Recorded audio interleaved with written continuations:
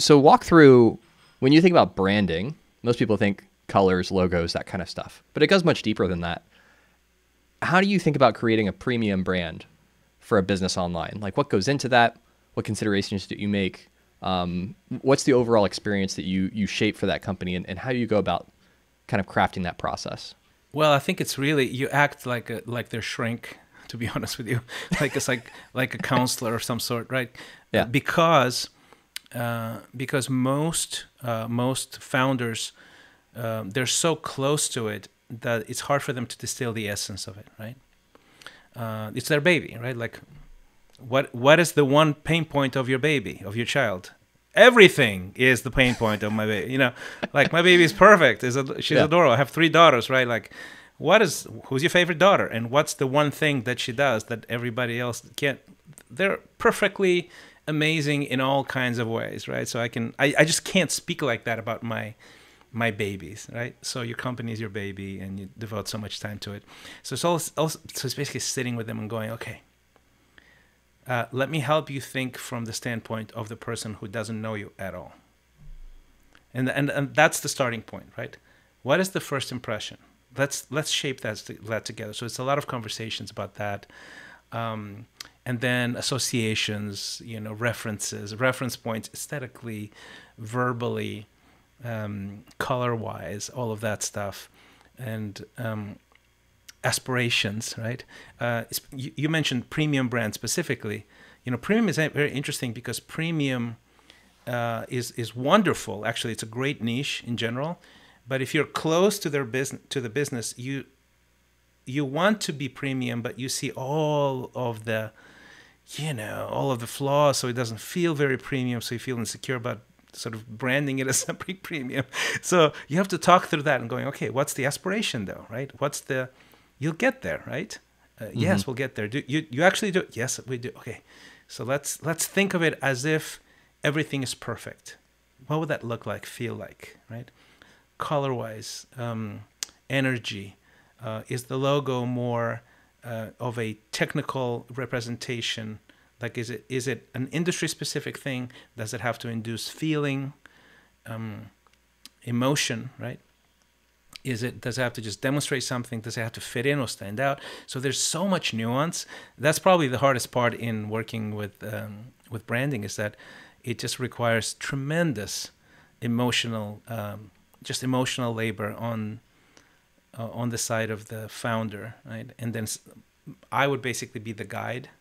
I'll be they're the Luke Skywalker, I'm the Obi-Wan Kenobi, right? I'm the guy who's going, okay, just trust the Force. I'm not going to do it for you, but I will do it for you, but I won't distill the essence for you. But let me help you distill the essence, right? So it's fun. It's really cool.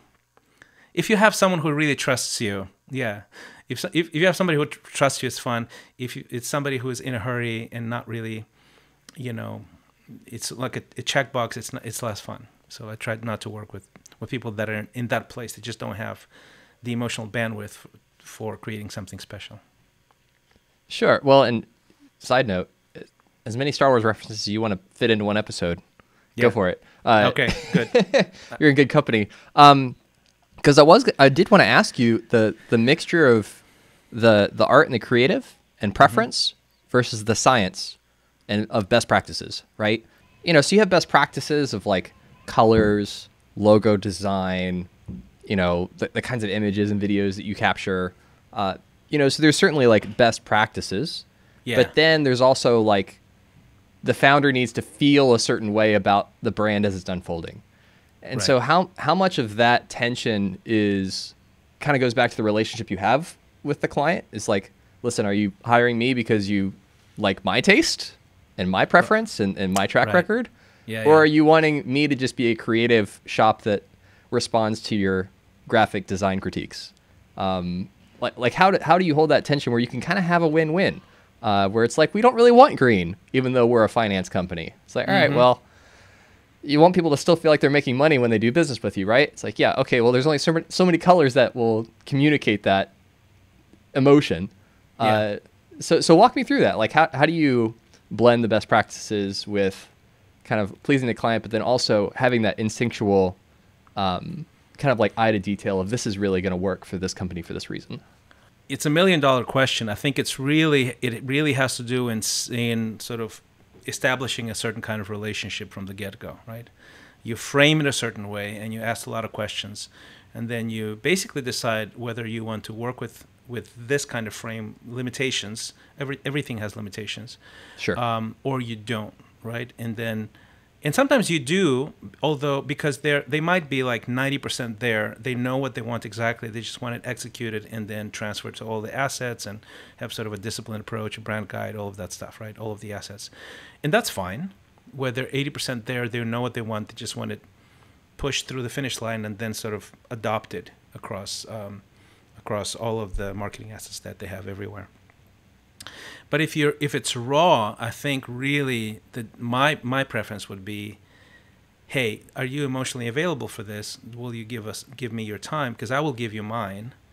And then would you trust me to not have the final word, but to guide you and to poke you and to challenge you without you being sort of offended or defensive, right? And so you establish that, you go a few circles around that, and that helps because it's a very emotional. I know that I'm bringing that up over and over again. Branding is a very emotional affair because it's the essence of what you do. So it can become messy, right? It can go sideways very easily. It can be very time consuming, and it's almost never. It almost never goes flawlessly well in the sense of, wow, our first set of designs, we got it, we nailed it. Almost never, right? You have to feel it's a very emotional affair, as I said, right?